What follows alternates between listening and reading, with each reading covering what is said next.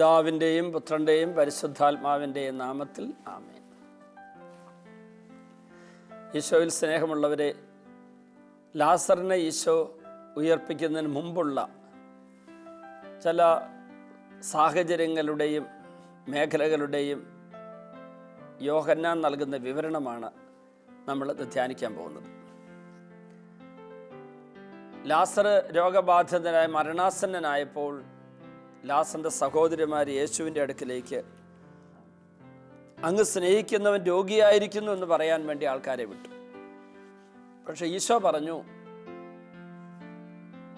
ഇത് മരണത്തിൽ അവസാനിക്കാനുള്ളതല്ല, ദൈവത്തിന് മഹത്വം നൽകാൻ, അതുവഴി ദൈവപുത്രന് മഹത്വം നൽകാൻ വേണ്ടിയുള്ള ഒരു പശ്ചാത്തലമാണ് അതെന്ന് ഈശോ പറഞ്ഞു. അത് കഴിഞ്ഞിട്ട് യോഹന്നാൻ വിവരിച്ചു, യേശു മർത്തായെയും മറിയത്തെയും സഹോദരനെ ലാസറിനെയൊക്കെ സ്നേഹിച്ചിരുന്നു. അതിനെക്കുറിച്ച് ബൈബിളിൽ എഴുതി വച്ചിരിക്കുന്ന ആ വാക്ക് ഒരു അഗാപ്പെ എന്ന് പറയുന്ന ആ ഒരു സ്നേഹമാണ്. അഗാപ്പെ എന്ന് പറയുന്ന ദൈവസ്നേഹമാണ്. അത് ഗ്രീക്ക് വാക്കാണ്. അതുമായിട്ട് ബന്ധപ്പെട്ട ആ സ്നേഹത്തിൻ്റെ പ്രത്യേകതയും, എന്നാൽ ഫിലിൻ എന്ന് പറയുന്ന ഒരു മനുഷ്യ സ്നേഹം, സുഹൃത് ബന്ധം, അത് തമ്മിലുള്ള വ്യത്യാസത്തെയൊക്കെ നമ്മൾ മനസ്സിലാക്കാൻ വേണ്ടിയും കഴിഞ്ഞ എപ്പിസോഡുകൾ നമ്മൾ ശ്രമിച്ചു. ഇന്നിപ്പോൾ നമ്മൾ ധ്യാനിക്കാൻ പോകുന്നത്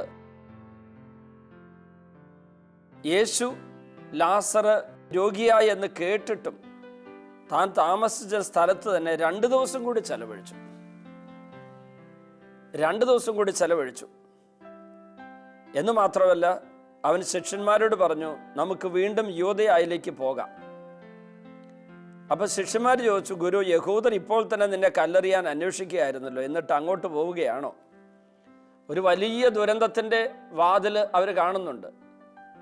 കാരണം യേശുവിനെ ശത്രുക്കൾ പിടികൂടാൻ പോകുന്നു എന്നുള്ള വിവരം യേശുവിൻ്റെ ശിഷ്യന്മാർക്ക് നന്നായിട്ടറിയാം. മാത്രമല്ല, ഈ മരിച്ച ലാസറിനെ ഉയർപ്പിച്ച യേശു പിന്നീട് എന്തു ചെയ്തു എന്നും കൂടി ബൈബിളിൽ എഴുതി വച്ചിരിക്കുന്ന യോഹന്നാൻ്റെ സുവിശേഷം 11-ാം അധ്യായത്തിൻ്റെ 54-ാം തിരുവചനത്തിൽ 53 അന്നു മുതൽ അവനെ വധിക്കാൻ അവർ ആലോചിച്ചു കൊണ്ടിരുന്നു എന്ന് പറഞ്ഞതിന് ശേഷം 54-ാം തിരുവചനത്തിൽ പറഞ്ഞു, യേശു പിന്നീട് ഒരിക്കലും യഹൂദരുടെ ഇടയിൽ പരസ്യമായി സഞ്ചരിച്ചില്ല. അവൻ പോയി മരുഭൂമിക്കടുത്തുള്ള എഫ്രായിം പട്ടണത്തിൽ ശിഷ്യരോടൊത്ത് വസിച്ചു. എന്നാൽ 57-ാം തിരുവചനത്തിൽ കാണുന്നു, അവൻ എവിടെയാണെന്ന് ആർക്കെങ്കിലും വിവരം ലഭിച്ചാൽ അവനെ ബന്ധിക്കേണ്ടത് തങ്ങളെ അറിയിക്കണമെന്ന് പുരോഹിത പ്രമുഖന്മാരും ഫരിസയരും കൽപ്പന കൊടുക്കുകയും ചെയ്തിരുന്നു. അത് പിന്നീടുണ്ടായ സംഭവമാണ്. പക്ഷേ ശിഷ്യന്മാർക്ക് മനസ്സിലായി, യേശുവിനോടുള്ള ജനങ്ങളുടെ അല്ലെങ്കിൽ അധികാരികളുടെ പ്രതികരണം മോശമാണ്.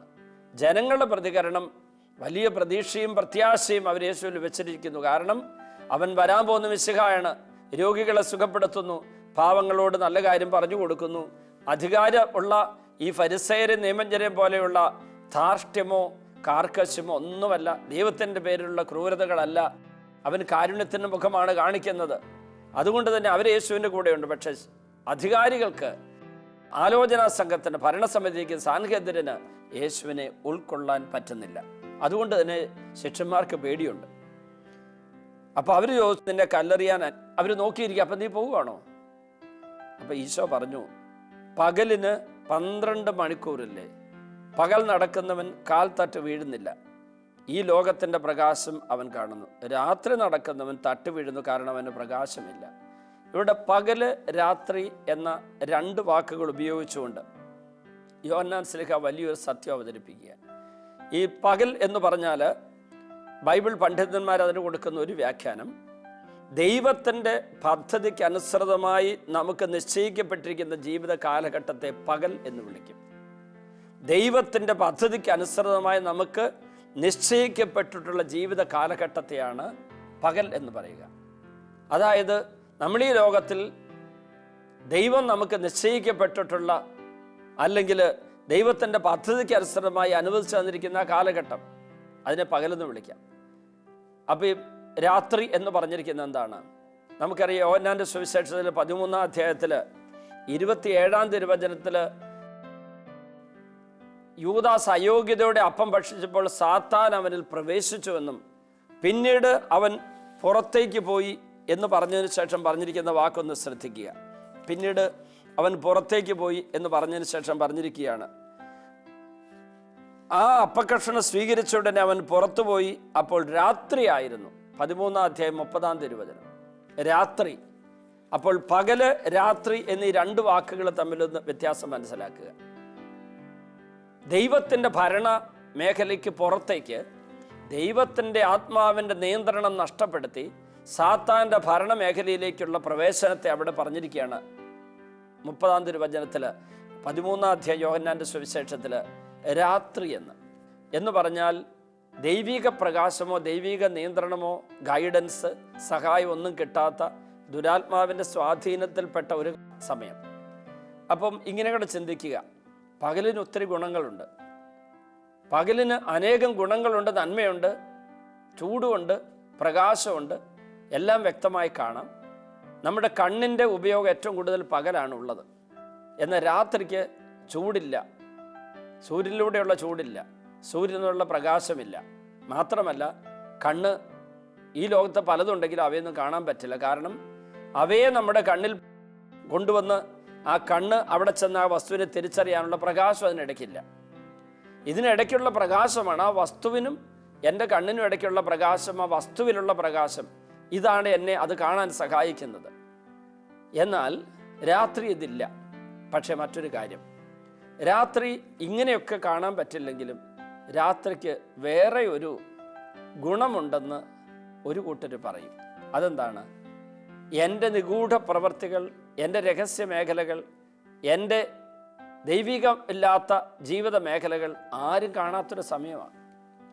ഞാൻ രഹസ്യമായി ചെയ്യുന്നതോ രഹസ്യമായി എൻ്റെ ഉള്ളിൽ സൂക്ഷിക്കുന്നതോ ദൈവികമല്ലാത്തതോ ആയ പിതാവിനാൽ നടപ്പെടാത്ത ചെടികളെന്ന് വിശേഷിപ്പിക്കാവുന്ന എന്തെല്ലാം കാര്യമുണ്ടോ അതൊക്കെ എനിക്ക് ഒളിപ്പിച്ച് മറച്ചു വെക്കാവുന്ന സ്ഥലമാണ് ഈ ഇരുള്, രാത്രി. അപ്പോൾ രാത്രി എന്ന് പറയുന്നത് വെളിച്ചത്തിൻ്റെ വില അറിയുന്ന ഒരു സമയമാണെന്നും കൂടെ വേണം ചിന്തിക്കാം. പോസിറ്റീവായിട്ട് നോക്കാം. വെളിച്ചത്തിൻ്റെ വില അറിയുന്ന രാത്രിയിലാണ്. വെളിച്ചം ഉണ്ടായിരുന്നെങ്കിൽ ആഗ്രഹിക്കുന്നതും വെളിച്ചത്തിൻ്റെ വില അറിയുന്ന രാത്രിയിലാണ്. മറ്റൊരു മോശമായ വശം, ഈ രാത്രി ആയതുകൊണ്ട് ആരും എന്നെ കാണുന്നില്ല. ഈ 1000 സൂര്യനേക്കാളും കാഴ്ചയുള്ള അല്ലെങ്കിൽ അതിനേക്കാളും തെളിച്ചമുള്ള തമ്പുരാൻ്റെ കണ്ണുകൾ എന്നെ കാണുന്നുണ്ട് ഈ രാത്രിയിൽ പോലും എന്നും ഞാൻ അറിയാതെ ഈ ഇരുളിൻ്റെ മറവിൽ എനിക്കെല്ലാം ചെയ്യാമെന്ന് ചിന്തിച്ചു പോകുന്നൊരു സമയം കൂടിയാണ്. അപ്പോൾ അവിടെയാണ് ദുരാത്മാവ് വിളയാട്ടം നടത്തുന്നത്, നേട്ടം നേടുന്നത്.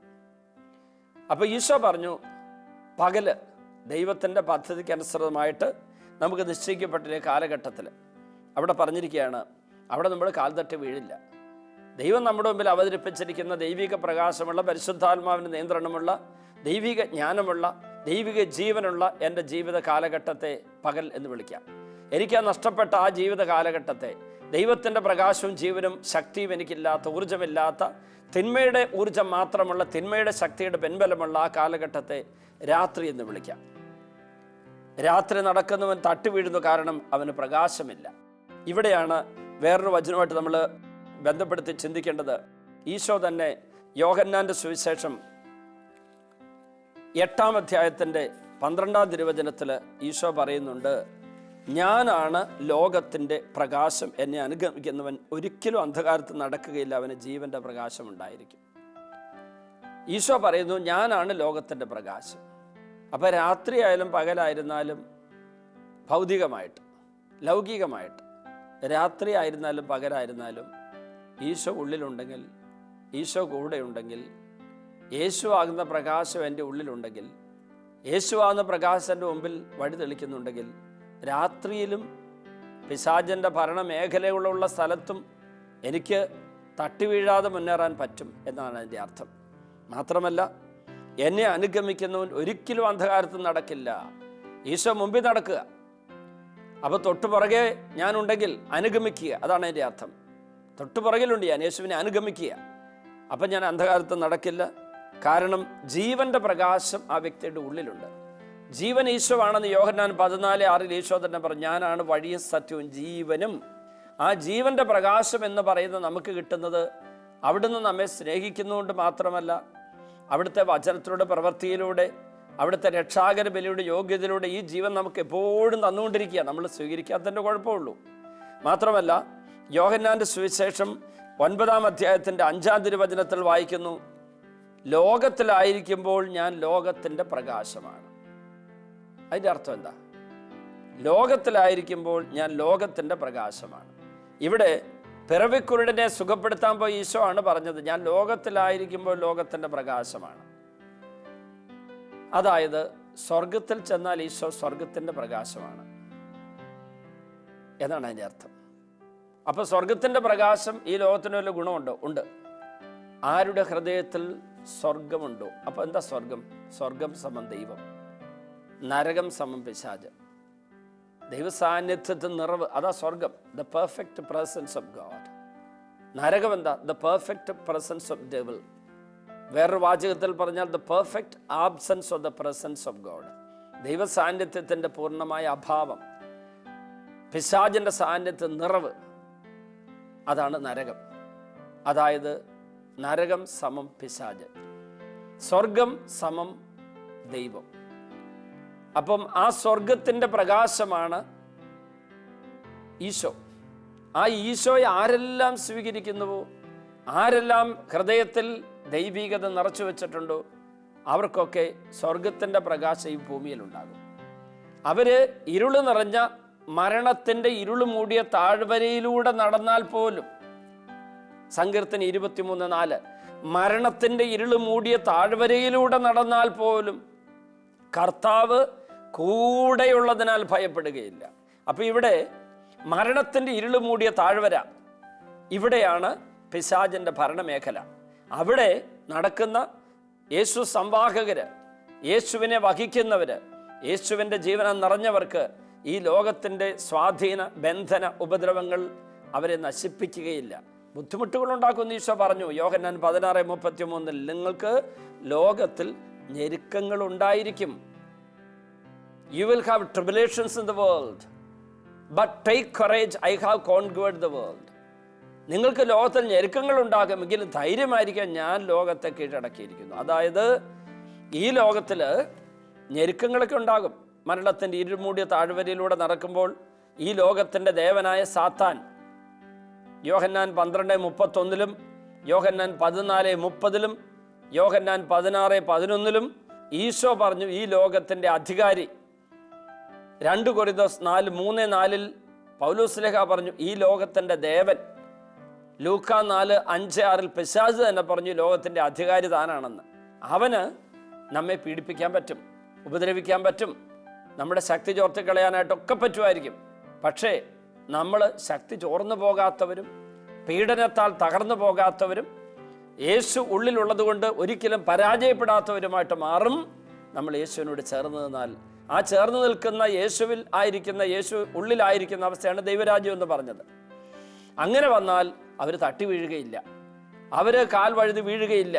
പ്രിയപ്പെട്ടവരെ, ഈശോ പറഞ്ഞു അവരെന്നെ കൊല്ലാൻ ആഗ്രഹിക്കുന്നു, പക്ഷേ എന്നെ കൊല്ലാൻ ആഗ്രഹിക്കുന്ന, കല്ലെറിയാൻ ആഗ്രഹിക്കുന്ന, ഇല്ലായ്മ ചെയ്യാൻ ആഗ്രഹിക്കുന്ന അവരുടെ ഇടയിലേക്ക് ഞാനിപ്പോൾ പ്രകാശമായിട്ട് ചെല്ലാൻ പോവുക.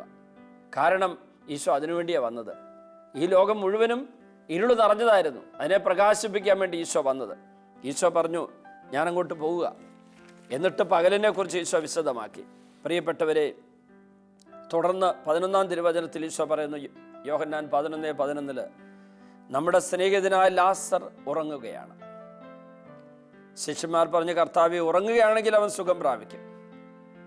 ഉറങ്ങാൻ പോലും പറ്റാത്ത വിധത്തിൽ അവൻ രോഗിയാണെങ്കിൽ അവർ ഗൗരവമാണ്. പക്ഷെ ഇവിടെ ഉറങ്ങാൻ പറ്റുന്നുണ്ടോ? അതിൻ്റെ അർത്ഥം അല്പം വേദന കുറവുണ്ട്, സൗഖ്യമുണ്ടെന്നല്ലേ, എന്നാൽ സുഖം പ്രാപിക്കും. അപ്പോൾ ഈശോയ്ക്ക് ഇവിടെ വെച്ച് തന്നെ സുഖപ്പെടുത്താനുള്ള എന്തോ ശക്തി അങ്ങോട്ട് അയക്കാൻ പറ്റിയെന്നുള്ള ധ്വനി അതിലുണ്ടായിരുന്നിരിക്കാം. ഈശോ അവൻ്റെ മരണത്തെക്കുറിച്ചാണ് സംസാരിച്ചത്, എന്നാൽ നിദ്രയുടെ വിശ്രമത്തെക്കുറിച്ചാണ് അവൻ പറഞ്ഞതെന്നാണ് അവർ വിചാരിച്ചത്. അപ്പോൾ 14-ാം വചനത്തിൽ പറഞ്ഞിരിക്കുകയാണ്, അപ്പോൾ യേശു വ്യക്തമായി അവരോട് പറഞ്ഞു, ലാസർ മരിച്ചുപോയി. മരിച്ച സമയം ലാസർ ഈശോ കൃത്യമായിട്ട് അറിഞ്ഞിട്ടുണ്ട്. എന്നിട്ട് 15-ാം തിരുവചനത്തിൽ ഈശോ പറയുന്ന വചനമാണ് വളരെ ശ്രദ്ധേയമായത്. നിങ്ങൾ വിശ്വസിക്കേണ്ടതിന് ഞാൻ അവിടെ ഇല്ലാത്തതിൽ നിങ്ങളെ പ്രതി ഞാൻ സന്തോഷിക്കുന്നു. അതായത് ഒരു വലിയ സത്യം ഈശോ പറയുകയാണ്. ലാസറിൻ്റെ രോഗം അത് മരണത്തിൽ കലാശിക്കാനുള്ളതല്ല എന്ന് യോഹന്നാൻ 11:4 ഈശോ പറഞ്ഞു. എന്നിട്ട് കൂട്ടിച്ചേർത്തു, അത് ദൈവത്തിൻ്റെ മഹത്വത്തിനും അതുവഴി ദൈവപുത്രൻ മഹത്വം പ്രാപിക്കാനും വേണ്ടിയുള്ളതാണ്. അതിന് യേശു ലാസർ മരിക്കുന്ന അവസരത്തിൽ അവിടെ ഉണ്ടായിരുന്നില്ല എന്നുള്ളതിൽ ഞാൻ സന്തോഷിക്കുന്നു. അത് കഴിഞ്ഞിട്ടുള്ള ആ സംഭവങ്ങളുടെ ഒരു വിവരണം വളരെയേറെ ആഴത്തിലും ഗൗരവത്തിലും പഠിക്കേണ്ടതാണ്. ഞാൻ അവിടെ ഇല്ലാത്തതിൽ നിങ്ങളെ പ്രതി ഞാൻ സന്തോഷിക്കുന്നു. നമുക്ക് അവൻ്റെ അടുത്തേക്ക് പോകാം. അപ്പോൾ അപ്പസ്തോലന്മാരുടെ ഇടയ്ക്ക് എല്ലാവരും ഭയപ്പെട്ടായിരിക്കുന്നത്. ആ ഭയത്തിൻ്റെ അടിമത്തത്തിൽ കഴിയുന്ന ഒരു അപ്പസ്തോലൻ തോമാസ് ലീഹ, ദീദിമോസ് എന്ന തോമസ് മറ്റു ശിഷ്യന്മാരോട് പറഞ്ഞു, അവനോടൊപ്പം മരിക്കാൻ നമുക്കും പോകാം. ഇതിനെ വചനം വളച്ചൊടിക്കുന്നവരോ അല്ലെങ്കിൽ ബുദ്ധിപരമായി വ്യാഖ്യാനിക്കുന്ന ചിലരോ പറയുന്നത് ഒരു നിഷേധാത്മക വികാരത്തോടെ അല്പം കളിയാക്കിക്കൊണ്ട് അവനോട് അങ്ങോട്ട് പോകണ്ടെന്ന് നമ്മൾ പറഞ്ഞു, അവർ കല്ലെറിഞ്ഞു കൊല്ലൂന്ന് പറഞ്ഞു. പക്ഷെ അവൻ പോവുക, വാടാ നമുക്കും പോയി ചാകാം. നല്ല ധ്വനിയൊന്നും അല്ല ഉള്ളതെന്നൊക്കെ പറയുന്നവരുണ്ട്. പക്ഷേ അപ്പസ്തോലന്മാരുടെ ജീവിതത്തിൽ യേശു പറഞ്ഞ പ്രവചനത്തിൻ്റെ അതേ ശൈലിയിലുള്ള സംഭവിക്കാൻ പോകുന്ന നന്മയുളവാക്കുന്ന അഭിഷേകമുള്ള ചില വാക്കുകൾ അവരുടെ അത്തരങ്ങളിൽ വന്നിട്ടുണ്ട്. പ്രധാന പുരോഹിതനായ കയ്യാഫാസിലൂടെ എല്ലാവരും നശിക്കാതിരിക്കേണ്ടതിനെ ഒരുവൻ മരിക്കുന്നത് നല്ലതാണെന്നുള്ള വാക്ക് വന്നതുപോലെ തോമാസ് ലീഹായുടെ ഒരു നല്ല തിരുമൊഴി ലോകത്തിലേക്ക് വന്നതാണ്. അവനോടൊപ്പം മരിക്കാൻ നമുക്കും പോകാം. ഈ വാക്ക് കേട്ടപ്പോൾ മറ്റുള്ളവരുടെ പ്രതികരണം എന്താണെന്നൊന്നും നമുക്ക് അറിഞ്ഞുകൂടാ. യേശുവിനെ അനുഗമിച്ച ശിഷ്യന്മാർ ഒരു നല്ല മനസ്സോടെ, അതായത് യേശു മരിക്കാൻ പോവുകയാണെങ്കിൽ നമുക്ക് മരിക്കാം, അങ്ങനെ ഒരു ചിന്തയോടെ പോയതായിരിക്കാം.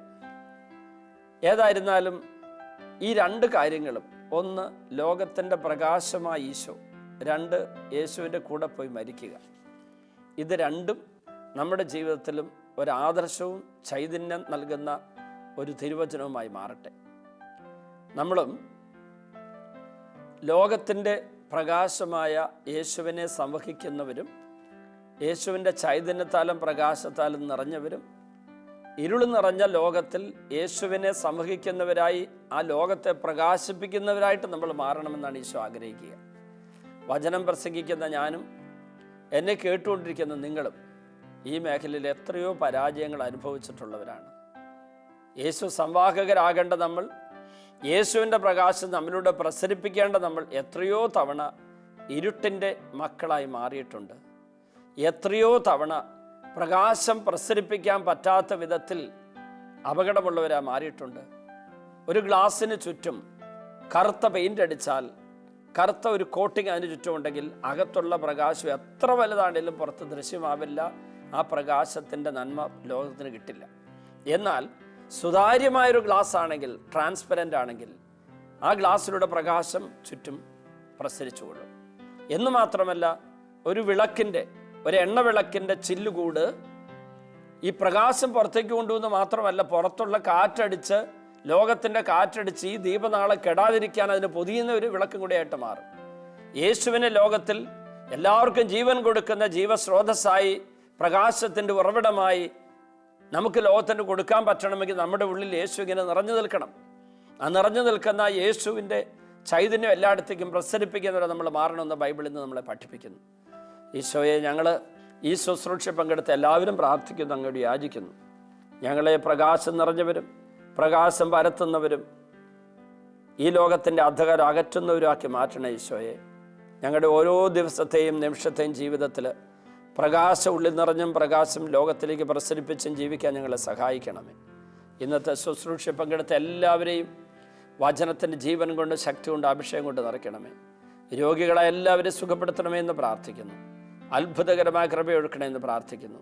പരിശുദ്ധാത്മാവിൻ്റെ അഗ്നിശക്തി കൊണ്ട് എല്ലാവരും നിറയട്ടെ എന്ന് പ്രാർത്ഥിക്കുന്നു. പിതാവിൻ്റെയും പുത്രൻ്റെയും പരിശുദ്ധാത്മാവിൻ്റെയും നാമത്തിൽ ആമേൻ.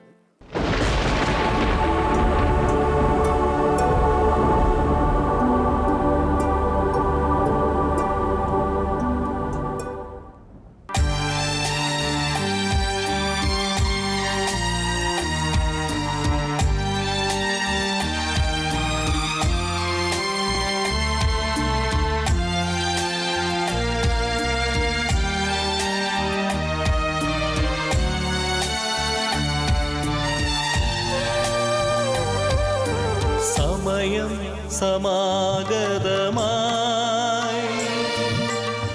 സകലരും അനുദപിക്കാൻ സർവം സമർപ്പിക്കുവാൻ സകലരും അണഞ്ഞിടുവിൻ. സമയം സമാഗതമായി സകലരും അനുദപിക്കാൻ സർവം സമർപ്പിക്കുവാൻ സകലരും അണഞ്ഞിടുവിൻ. അനുതാപിയെ ചേർത്തണയ്ക്കാൻ അനുഗമിക്കാൻ ഒരുക്കിടുവാൻ ആത്മാവിനാൽ നിറച്ചിടുവാൻ ആഗതനായവൻ വിളിച്ചിടുന്നു. ഇപ്പോൾ ഈ ശുശ്രൂഷയിൽ പങ്കെടുക്കുന്ന എല്ലാവരും, ഈ ശുശ്രൂഷയെ വിവിധ രാജ്യങ്ങളിലും സ്ഥലങ്ങളിലും ഇരുന്ന് പങ്കെടുക്കുന്ന എല്ലാവരും, അവരെ പീഡിപ്പിക്കുന്ന എല്ലാ രോഗപീഠകളും, എല്ലാ തരത്തിലുള്ള പൈശാചിക ശക്തികളെ ഉപദ്രവങ്ങളും എല്ലാം വിട്ടുപോകാൻ വേണ്ടി പ്രാർത്ഥിക്കുന്നു. കാൽവരി കുരിശിൽ നിന്നൊഴുകിയ തിരുരക്തം ഈ ദിവ്യകാരുണ്യം വഴി ഇത് കേട്ടുകൊണ്ടിരിക്കുന്ന, ഈ ശുശ്രൂഷയിൽ പങ്കെടുത്തുകൊണ്ടിരിക്കുന്ന എല്ലാവരിലും വന്ന് വീഴട്ടെ എന്ന് പ്രാർത്ഥിക്കുന്നു. ഇപ്പോൾ യേശുവിൻ്റെ രക്തത്തിൽ എല്ലാ പാപക്കറകളും നീങ്ങിപ്പോകട്ടെ എന്ന് പ്രാർത്ഥിക്കുന്നു. കാൽവരി കുരിശിൽ നിന്നൊഴുകിയ ചുടുചോര ഓരോ വ്യക്തിയെ ഇപ്പോൾ വിശുദ്ധീകരിക്കട്ടെ എന്ന് പ്രാർത്ഥിക്കുന്നു.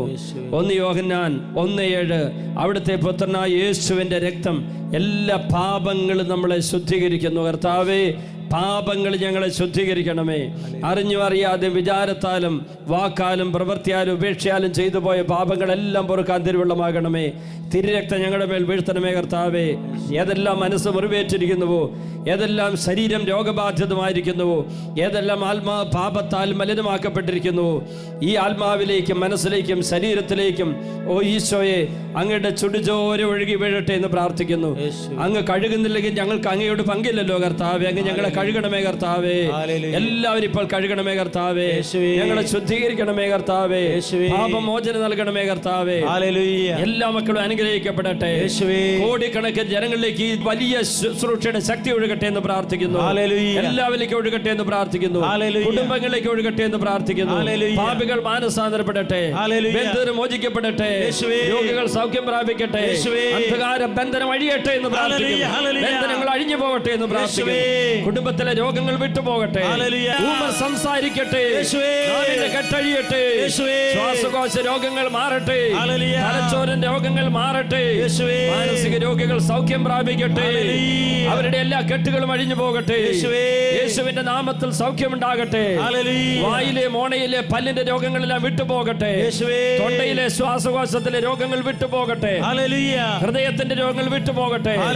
ആമാശയത്തിന്റെ രോഗങ്ങൾ വിട്ടുപോകട്ടെ. കുടലിലെ രോഗങ്ങൾ വിട്ടുപോകട്ടെ. എല്ലാ രോഗികളും സൗഖ്യം പ്രാപിക്കട്ടെ. പ്രമേഹ രോഗം വിട്ടുപോകട്ടെ. പാൻക്രിയാസ് സൗഖ്യം പ്രാപിക്കട്ടെ. കരൾ രോഗം വിട്ടുപോകട്ടെ. എല്ലാ നാഡീഞരമ്പുകളും ബലം പ്രാപിക്കട്ടെ. അസ്ഥികൾ ബലം പ്രാപിക്കട്ടെ. അസ്ഥികളെ സുഖപ്പെടുത്തണമേ. തളർന്ന ശരീരം ബലം പ്രാപിക്കട്ടെ. ത്വക്ക് രോഗം മാറട്ടെ. രക്തത്തിന്റെ വൈകല്യങ്ങൾ വിട്ടുപോകട്ടെ. എല്ലാ രോഗികളും സൗഖ്യം പ്രാപിക്കട്ടെ. അത്ഭുതകരമായി സൗഖ്യം ഒഴുകട്ടെ. യേശുവിന്റെ നാമത്തിൽ ബന്ധനങ്ങൾ അഴിയട്ടെ. കെട്ടുകൾ അഴിയട്ടെ. മുറിവുകൾ മാറട്ടെ.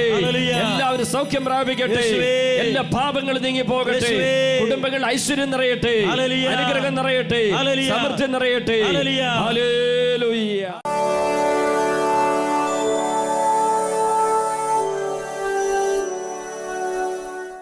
കർത്താവ് രോഗശാന്തി വചനം കേട്ടുകൊണ്ടിരുന്ന സമയത്ത് നിങ്ങൾക്ക് തന്നതാണ് ഞാൻ വിളിച്ചു പറഞ്ഞത്. അത് 2-3 തവണ ഞാനിങ്ങനെ വിളിച്ചു പറഞ്ഞു. കണ്ണിന് കാര്യമായ അസുഖമുള്ള, കണ്ണിലിങ്ങനെ കുത്തുന്ന വേദനയുള്ള, ഞരമ്പിന് തകരാറ് വന്ന ആളെ സുഖപ്പെടുത്തുന്നു. അത് വീണ്ടും വീണ്ടും വിളിച്ചു പറഞ്ഞ സൗഖ്യം കിട്ടിയാൽ ഇങ്ങോട്ട് വരണമെന്ന് പറഞ്ഞു. മൈക്ക് കൊടുത്തു. ഈ നിൽക്കുന്ന സഹോദരിയുടെ പേരെന്താണ്? എൻ്റെ പേര് അൽഫോൻസിയ തങ്ക. ഫോൻസിയ തങ്ക. വീട് എവിടെയാ? കൊല്ലം സംഗേഷ് മുക്ക്. എന്താ അപകടം ഉണ്ടായത്? എനിക്ക് പ്രഷർ ഉണ്ടായിരുന്നു, തല ചുറ്റി ഞാൻ മറിഞ്ഞ് വീണിട്ട് എൻ്റെ തല പൊട്ടി പെരുമ്പഴി അറ്റോയ്മെന്റ് ആശുപത്രിയിൽ അഡ്മിറ്റ് ആയിരുന്നു. എന്നായിരുന്നു സംഭവം? കഴിഞ്ഞിട്ട് 2 ആഴ്ചയായി ഞാൻ ഡിസ്ചാർജ് ആയത്. കണ്ണിനകത്ത് രക്തം കെട്ടി അതിന്റെ അടിച്ചുകൊണ്ട് സ്ഥലമായി ഇതിങ്ങനെ.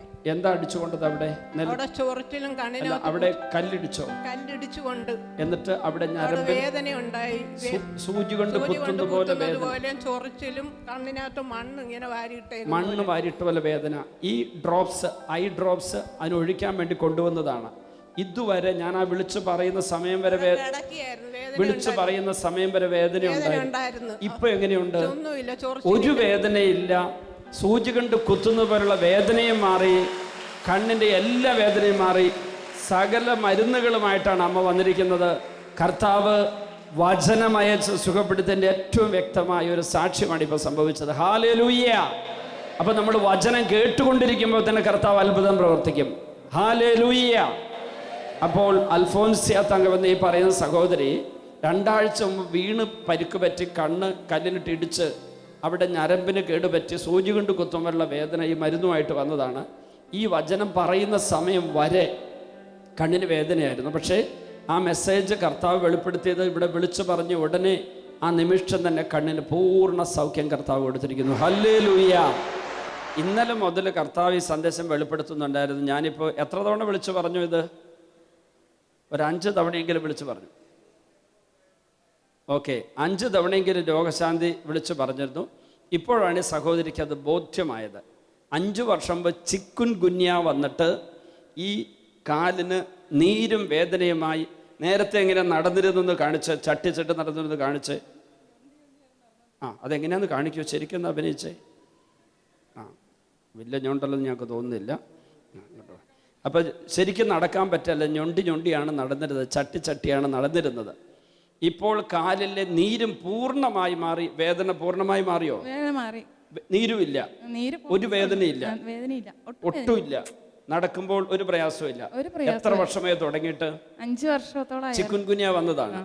അപ്പോൾ ഈ വലിയ സൗഖ്യത്തെ ഓർത്ത് കൈയടിച്ച് ഈശോയ്ക്ക് നന്ദി പറയാം. Hallelujah, hallelujah, hallelujah. പേര് റോസമ്മ കുര്യൻ, വീട് മൂവാറ്റുപുഴ.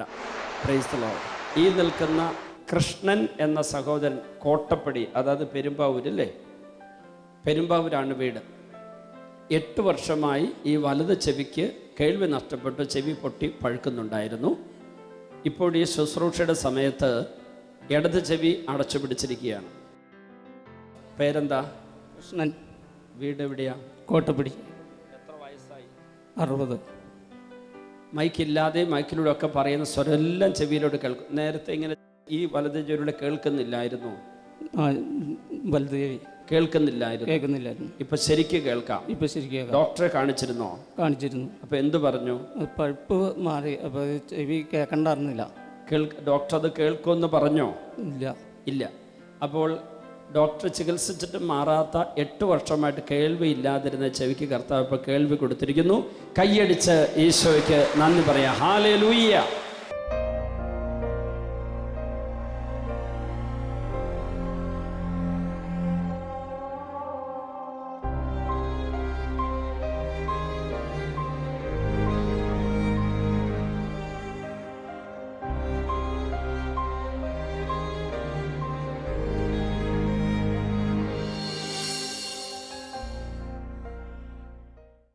വിശദ വിവരങ്ങൾക്ക് director, divine vision, divine retreat centre, Muringoor, Chalakudy 680316, Kerala, South India. Telephone 0091 480 270 8098, 0091 480 270 2613. Fax 0091 480 270 8097. Email mail.divintv@gmail.com. Website www.drcm.org.